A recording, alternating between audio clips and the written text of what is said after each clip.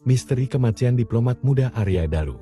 Pangayunan memasuki babak baru setelah polisi menemukan rekam medis dalam tas ransel milik Arya yang tertinggal di rooftop gedung Kementerian Luar Negeri.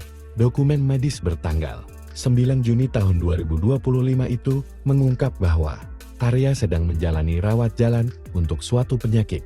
Namun pihak kepolisian belum merinci jenis penyakit yang dideritanya. Penemuan rekam medis ini memicu berbagai spekulasi. Apakah kondisi fisik Arya yang sedang tidak sehat berperan dalam kematiannya? Mengapa ia meninggalkan tas berisi dokumen penting itu di rooftop? Apakah ia dalam kondisi lemah, linglung, atau bahkan di bawah pengaruh obat tertentu?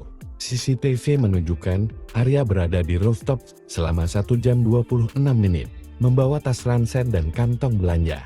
Namun, ketika ia turun, kedua barang itu tidak dibawanya.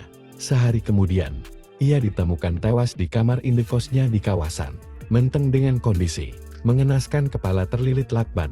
Mantan Kabareskrim Komjen Purn Susno Duaji menyatakan bahwa rekam medis dan keberadaan tas itu bisa menjadi kunci penting untuk mengungkap penyebab kematian Arya. Menurutnya, jika Arya tengah dalam kondisi sakit atau lemah, bisa jadi ia dimanipulasi atau bahkan diberi zat tertentu oleh pihak lain. Kemungkinan diracun atau dibius sebelum tewas pun mencuat. Sampai saat ini, ponsel Arya yang menjadi salah satu barang bukti penting juga belum ditemukan. Padahal, ponsel itu masih digunakan Arya pada malam sebelum kematiannya untuk menghubungi istrinya.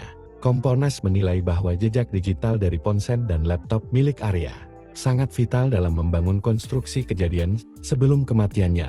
Pihak kepolisian menyatakan penyelidikan masih berjalan dan hasil otopsi mendalam akan menjadi penentu utama untuk mengetahui penyebab pasti kematian. Namun publik terus menanti kejelasan apakah Arya benar-benar dalam kondisi sakit serius. Apakah penyakitnya menjadi pemicu atau justru bagian dari skenario pembunuhan?